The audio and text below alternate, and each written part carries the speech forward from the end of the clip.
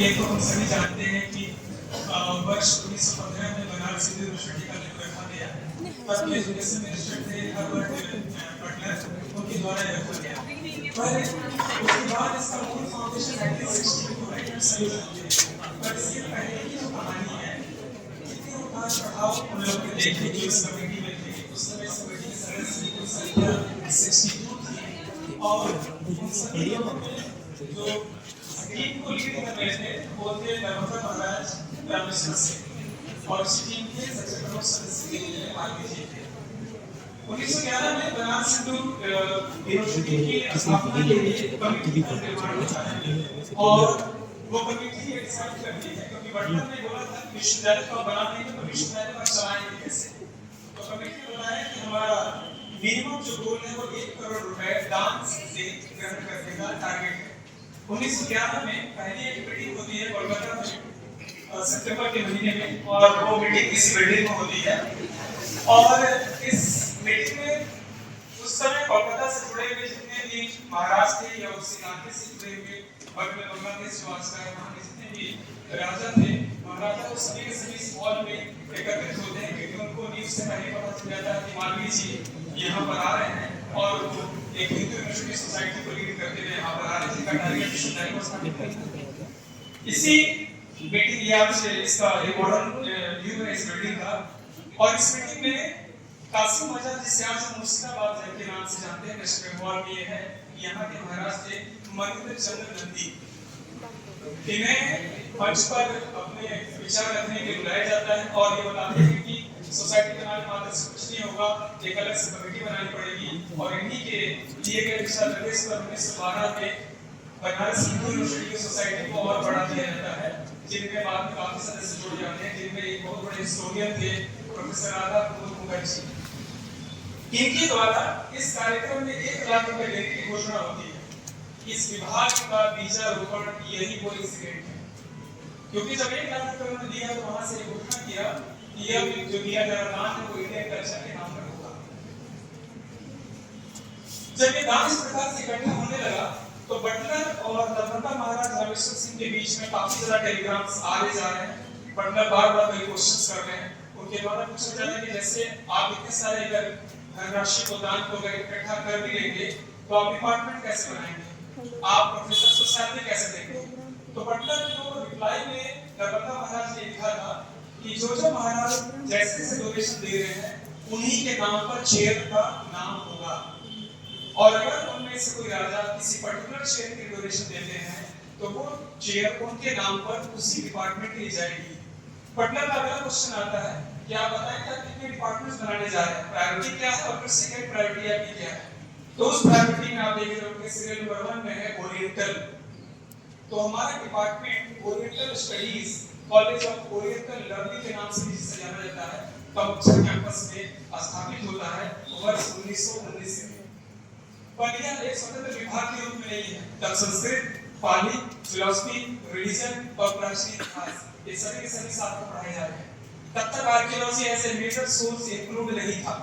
तब तक संस्कृत के लिटरेचर्स, अशोक के अभिलेख, गुप्त पीरियड के इंस्क्रिप्शंस इन्हें ही मेजर सोर्स माना जाता था और इसी महेंद्र चंद्र नंदी चेयर प्रोफेसर में पहले प्रोफेसर राधा कुमार मुखर्जी ज्वाइन करते हैं जो बाद में मेंबर ऑफ पार्लियामेंट भी बनते हैं और पद्म भूषण से इन्हें सम्मानित भी किया जाता है। इनके बाद सेकंड यहाँ के जो प्रोफेसर हैं वो प्रोफेसर थे महामहोपाध्याय पंडित राम अवतार शर्मा जिन्हें 3 साल के लिए बिहार सरकार से डेपुटेशन पर मालवीय जी ने बीएचयू बुलाया था।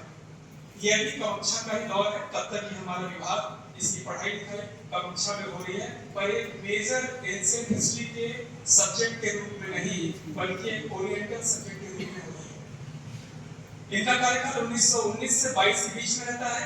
इसी 1919 से 22 के बीच में 1921 में कमच्छा से कैंपस ट्रांसफर होकर के आज के फैकल्टी ऑफ आर्ट्स का जो आज का नेपाली डिपार्टमेंट वाला एरिया है यहाँ पर यह स्थापित होता है 1921 में। और तब उस समय कई डिपार्टमेंट्स यहाँ पर आते हैं जिसमें केमिस्ट्री, मैथमेटिक्स, एक्सेट्रा बहुत सारे डिपार्टमेंट्स थे। इनके समय का सबसे बड़ा रोल ये है कि ये मेजर तो मेनली तो थे संस्कृत के स्कॉलर पर इन्होंने इंडिया का सबसे पहला अशोक के इंस्क्रिप्शन पर जो बुक लिखी थी संस्कृत और इंग्लिश में लिखी थी। इसके अलावा इन्होंने भारत का इतिहास पहली बार संस्कृत में लिखा था। तो बेसिकली ये संस्कृत के स्कॉलर थे और इन्होंने हिस्ट्री में काफी काम किया और उस समय इंस्टीट्यूशन से रिलेटेड क्लासेस यही लिया करते थे।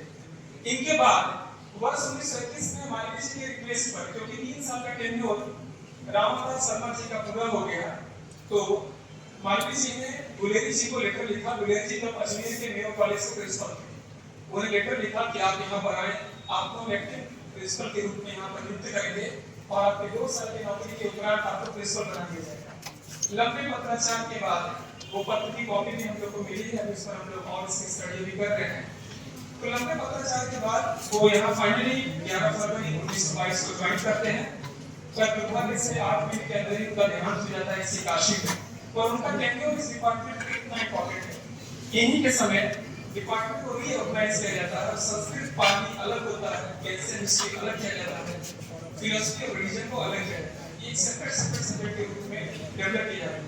इन्हीं के टाइम पर एक सेपरेट बिल्डिंग की डिमांड होती है, एक सेपरेट बिल्डिंग हो और हमारे जो बच्चे पढ़ रहे हैं उनके एक सेपरेट हॉस्टल होना चाहिए। ये इनके समय का मेजर काम माना जाता है।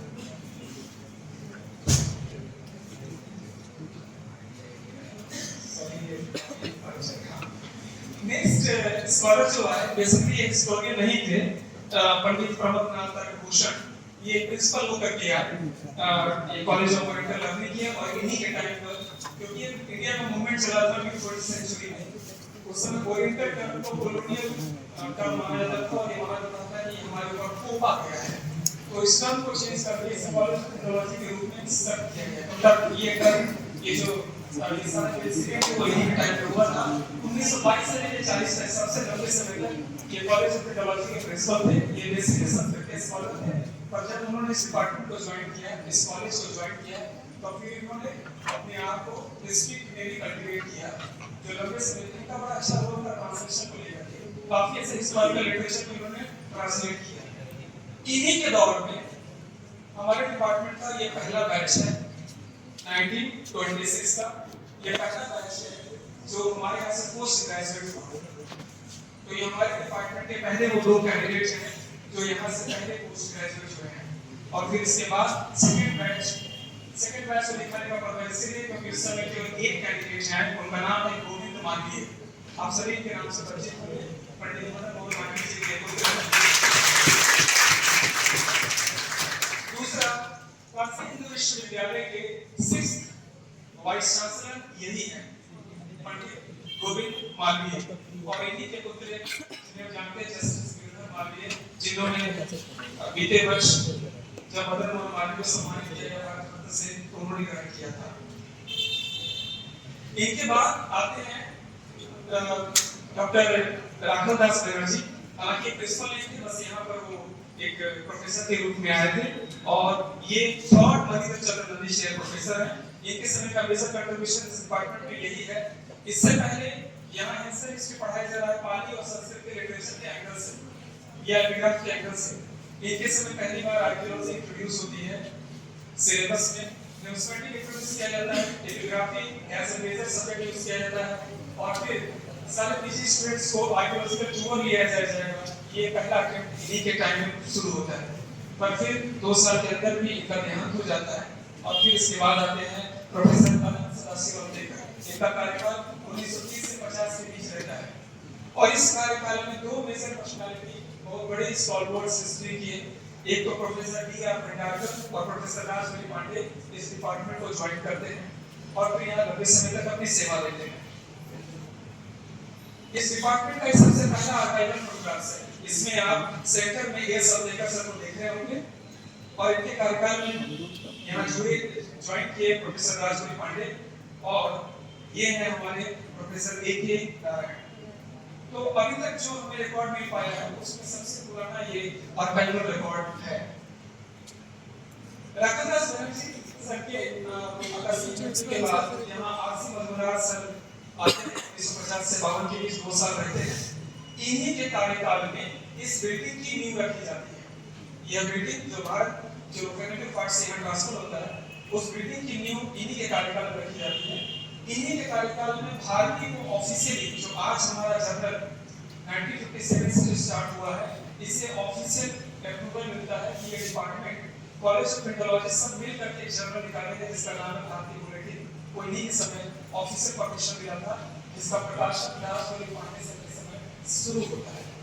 तो दो मेजर काम इनके समय हुआ था। तीसरा सबसे इम्पोर्टेंट जो बड़े स्कॉलर प्रोफेसर वीएस अग्रवाल वो इन्हीं के कार्यकाल में हमारे डिपार्टमेंट को ज्वाइन किए थे और ज्वाइन करने के कुछ समय बाद department of history of art जिसे आज हम कहते हैं वो उसमें एचओडी के रूप में आ गए थे।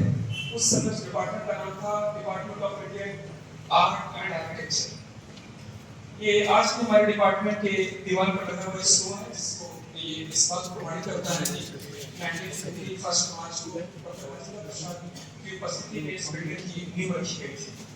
इस बिल्डिंग में निर्माण में पैसे कहां से आते हैं? तो सबसे पहला हम सभी देख लिए महेंद्र चंद नंदी ने 1 लाख रुपए का डोनेशन तो 1911 के सितंबर 6 को कर ही दिया था। उसके बाद भी कंटिन्यूअस इन्होंने काफी डोनेशन दिए और अब तक ये माना जाता है कि 5 लाख से ऊपर उन्होंने डोनेशन दिए थे। इसके अलावा प्रताप सिंह राव गायकवाड़ जो बड़ौदा के महाराज हैं उन्होंने 15,000 रुपए का डोनेशन दिया था। इस नाम पर यहाँ पर एक चेयर बनाया है। यहाँ की कमेटी ने को रिप्लाई किया कि इतने अमाउंट में कोई चेयर नहीं बन सकता है। तो फिर उन्होंने बोला कि मैंने सुना है कि विभाग का बिल्डिंग का निर्माण हो रहा है, आप उस पैसे को उसमें यूज कर लीजिए, हम और आपको पैसे देंगे। तो जो बाद में पैसे आए वो चेयर ऑफ इंडियन सिविलाइजेशन और कल्चर के नाम पर जो ट्रांसफर हो गया बाद में department of philosophy and humanities. तीसरे सबसे मेजर कंट्रीब्यूशन इस बिल्डिंग के न्यू में है निजाम मीर उस्मान अली खान। 1.5 लाख रुपए उन्होंने इस बिल्डिंग के लिए दिया था।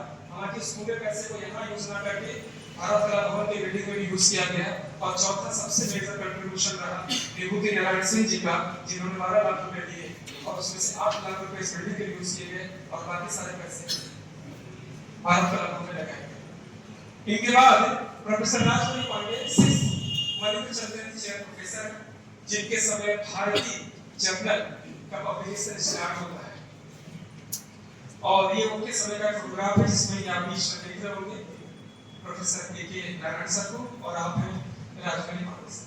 तो ये इनके कार्यकाल तक ये पूरी बिल्डिंग में डिपार्टमेंट शिफ्ट हो गया और इस बिल्डिंग में 4 डिपार्टमेंट तक चल रहे थे, संस्कृत और पाली।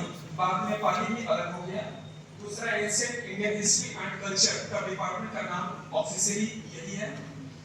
और तीसरा इंडियन फिलॉसफी एंड रिलीजन, इनका नाम आज भी नहीं बदला, ये चेंज जैसा था आज भी वैसे ही है। और फोर्थ आर्ट एंड आर्किटेक्चर जो आज इंस्टीट्यूट ऑफ आर्ट के नाम से जाता है। ये भारतीय का सबसे पहला अंक है। आप सभी को पता ही होगा कि भारतीय के 48 वॉल्यूम्स पब्लिश हो चुके हैं, 49 वॉल्यूम अभी अंडर पब्लिकेशन है। और जैसा विभाग ने इसने घोषणा की है कि 50th जो वॉल्यूम है 50वां वॉल्यूम वो सेकेंडरी ईयर को डेडिकेटेड होगा। राजवली पांडे सर के बाद जो इंफ्रास्ट्रक्चर का सबसे बड़ा चेंज आया इस डिपार्टमेंट में वो दौर है प्रोफेसर अवध किशोर नारायण सर का। ये हेड भी थे और इस कॉलेज के प्रिंसिपल भी थे और आप 7th महेंद्र चंद्र चेयर प्रोफेसर हैं। एक फोटोग्राफ आप देख सकते हैं और इससे पहले भी प्रोफेसर बिरला पाटिल ने भी बताया कि during 1957 we started excavation at Rajghat. So this photograph is from Rajghat. At that time the Prime Minister of India Jawaharlal Nehru visited this site. ये एक टेबल है, बस इसमें मेजर पॉइंट्स हम कवर कर रहे हैं कि इस डिपार्टमेंट में और मेजर कौन से सेक्शंस हैं। तो एक सेक्शन है पुराण सेक्शन जिसकी स्थापना राजवली पांडे सर के समय 1954 में हुई। काफी मेजर पब्लिकेशंस पुराण पर हो चुके हैं। भारतीय जर्नल के बारे में भी उन्होंने बात किया है। आर्कियोलॉजिकल कर्म जो है डिपार्टमेंट को ऐड हुआ है 1957 में। राजवली पांडे सर उस समय एचओडी और प्रिंसिपल हैं। अभी तक हमारे डिपार्टमेंट में total 35 archaeological excavations Bihar, Uttar Pradesh, Haryana और राजस्थान में किए हैं। Archaeological laboratory professor A K. Narayan के सर के टाइम पर एस्टैब्लिश हुई, जिनको एस्टैब्लिश किए हैं आप हमारे सामने बैठे हैं प्रोफेसर एस.सी. भारद्वाज सर ने एस्टैब्लिश किया था।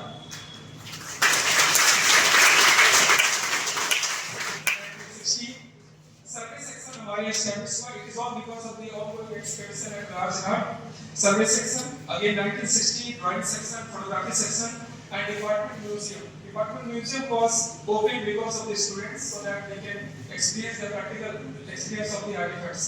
So this was the purpose behind the establishment of the museum. Beginning में ये म्यूजियम इस कॉरिडोर में था। 2016 6 मार्च प्रोफेसर प्रवेश श्रीवास्तव सर के कार्यकाल में वो म्यूजियम फर्स्ट फ्लोर पे गया, जिस म्यूजियम का निर्माण प्रोफेसर पारसनाथ सिंह सर के कार्यकाल में हुआ था। बहुत बहुत धन्यवाद।